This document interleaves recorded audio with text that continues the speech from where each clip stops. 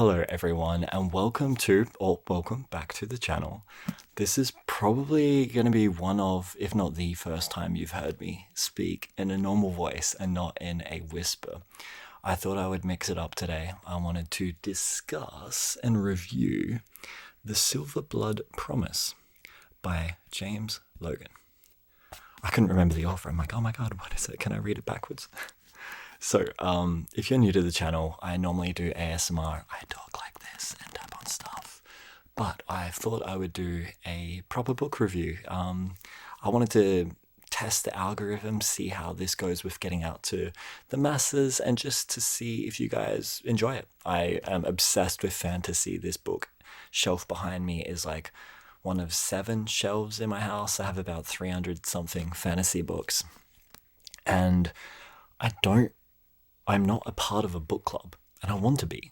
So I thought, why don't I make you guys part of the book club and we all do something together, which will kind of will continue with down the line, where maybe I make a video like, hey, I just bought this, why don't you guys buy it as well, and we can all read it together. For now, I thought I'd start with a book review of The Silverblood Promise, which is the first book by James Logan. So let's get into that. I just wanted to give you kind of the background on why you're getting my normal speaking voice. So I'll put in the description. You can cut to this bit if you're ready to watch and not listen to me talk. So The Silverblood Promise. Let's review this. It's the first book by James Logan. I love reading the first book by authors because I find it to be really raw, and you're getting something that's been in their mind probably for years. It's not something they've had to pump out just to get the figures up for their books. It's something that they're passionate about. Other authors that have done first books that have really hit for me is something like Evan Winter, The Rage of Dragons. Fantastic. I was obsessed with it. I've read the second. I'm waiting for the third. Something where their first book just blew me away. Other authors I find need to grow a little bit. Something like, let's go. Some of you are probably obsessed with this book, but I think he did a better job on his next series. Brent Weeks, The Way of Shadows. This was good, but I wasn't obsessed with it. I mean, it was good. It was a 4 point. No, it was probably like a 3.7 to me. I normally like stuff a 4 and above if we're looking at Goodreads, whereas his second series, starting with The Black Prism, way better character development, richer story, much better. I would say with The Silverblood Promise, if I was Logan, I would be super happy with this as my first book. I loved it. It's, to me, probably a flat 4 on Goodreads. At the moment, it's 3.99. I think that sits perfectly. So what I'm going to do is I'm going to read the back, because in my other book, suggestion videos for my ASMR, I always read the back so you can kind of get an idea of what's going on with this book, and I'll give you my review afterwards. So, Lucan Gardova is a card-sharp academy dropout and, thanks to a duel that ended badly, the disgraced heir to an ancient noble house. His days consist of cheap wine, rigged card games, and wondering how he might win back the life he threw away. When Lucan learns that his estranged father has been murdered, he finds fresh purpose. Deprived of his chance to make amends for his mistakes, Lucan vows to unravel the mystery behind his father's death. His search for answers leads him to Sophrona, fabled city of merchant princes where anything can be bought if one has the coin. Lucan only seeks the truth, but instead he finds danger lurking in every shadow. For in Sophrona, everything has a price, and the price of truth is the deadliest of all. Okay, from the top. Scott Lynch. He put a review on the front of this, which got my eye straight away. A fast-paced carnival of setbacks and skullduggery that reminds me of me. Charming from the first twist to the last. Now, a lot of books have people that drop a review on them. For instance, A Gripping Tale by S.A. Chakraborty. Don't know who that is. They might be famous, but I know Scott Lynch. He wrote The Lies of Locke Lamora. This book is amazing. If Scott Lynch is willing to put a review on the front of a book, I trust it. And then at the back by Sebastian de Castel, relentlessly entertaining, defiantly idealistic, a daring debut filled to the brim with classical fantasy fun. I love classical fantasy. So those two grabbed my eyes straight away, my whatever. And I thought, I've got to read this. That and the cover. The cover is gorgeous. So what did I like about this? The main character, Logan Gardova, I think that's how you say his name, is self-deprecating, drunkard, almost frustrating individual because he's not trying to better his life, but he's always getting himself into trouble trying to do the right thing. And I love that. I love a sucker that's like, oh my God, I don't want to be here, but I'm going to do it because it's the right thing. I think that's me in life sometimes. I can't help myself but do the right thing. And when I see that in a character and it's played well, it works for me. It gets me excited. And especially I like it that he's not the best at really anything. He's a good duelist. That's how he ends up disgracing himself by killing this noble. That's not a spoiler. It happens right at the start, and it's like in the past tense. You're not there for the battle, so no spoiler there. But yeah, he isn't perfect. I like that. I find that that's the same in something like Shadow Prowler by Alexei Pihov. The main character in this is never wanting to do the mission because really he's kind of extorted to do it because he's in trouble and he has to get out of the trouble with the people that he screwed over.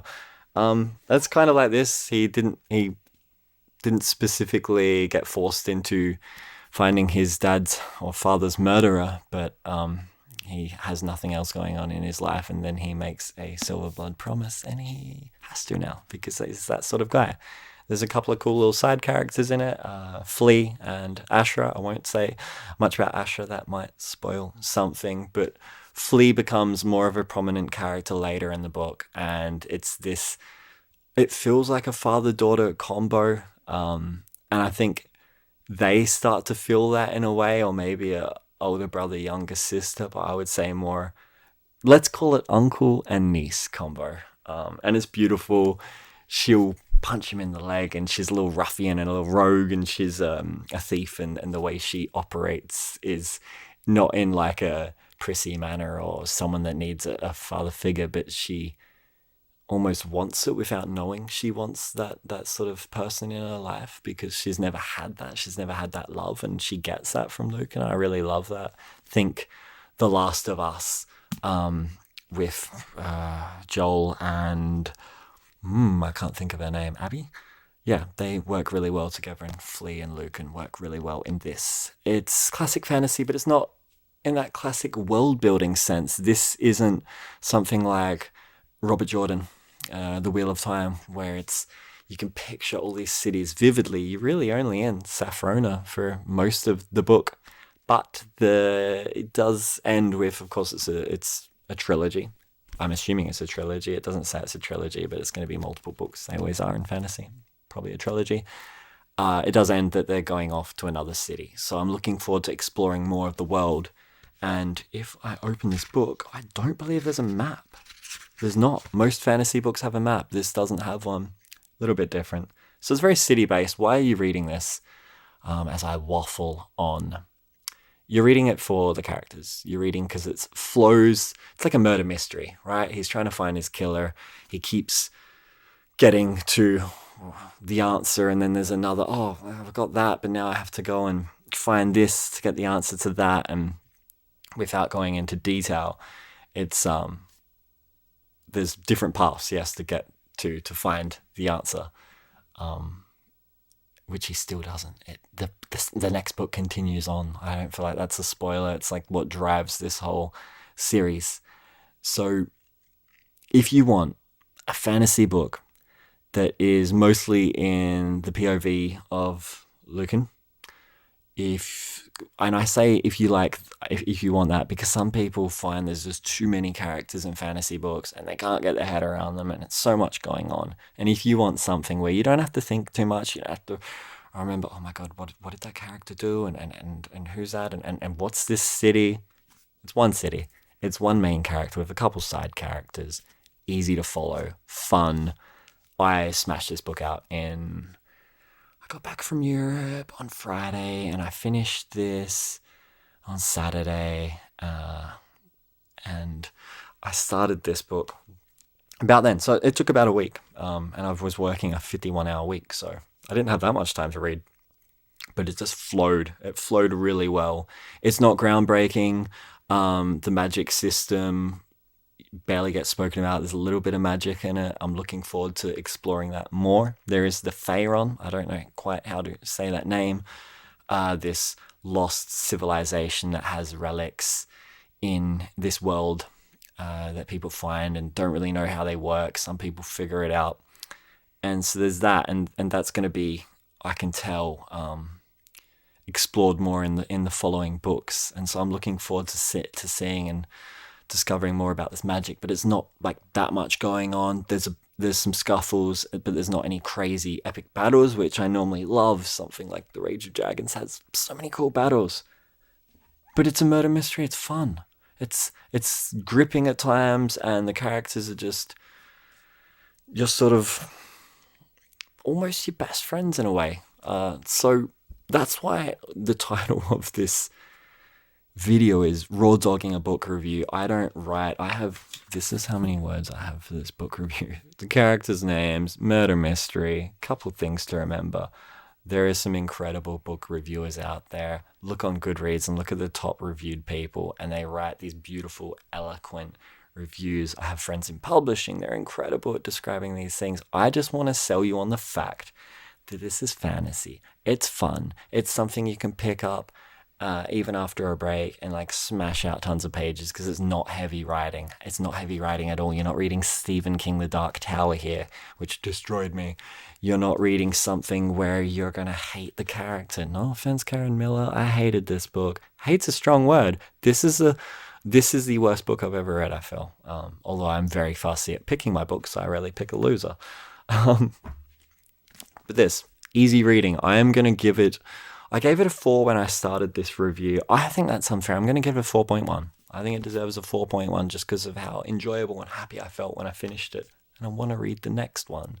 So, it's a 4.1. It's a murder mystery. It's mostly in the POV of one character, so written in past tense, so you don't have to stress too much about remembering anyone. I'm looking around, seeing if there's any other books like I should have spoken about.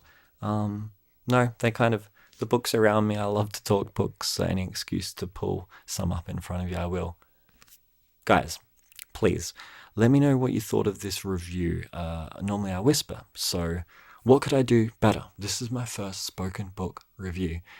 Put in the comments, and art should be judged. So if you think if you've read this and you think it's a 2 out of 5, chuck it in the comments. Like, dude, you're talking trash. It's not a good book, because no one has the exact same taste. Even one of my best mates, Patrick, he and I have very similar taste, very similar. But sometimes he'll say he loves something. I'm like, really?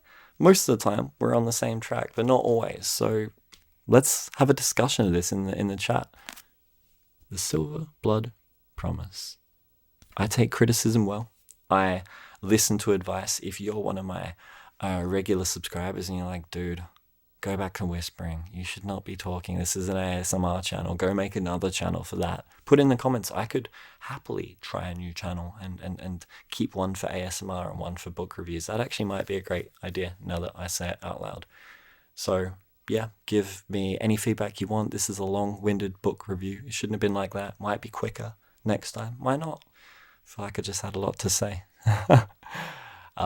Thank you so much for watching. I really appreciate it. If you haven't subscribed, subscribe, and this might turn into a different channel for book reviews. So yeah, chuck in the comments if you feel like that should happen.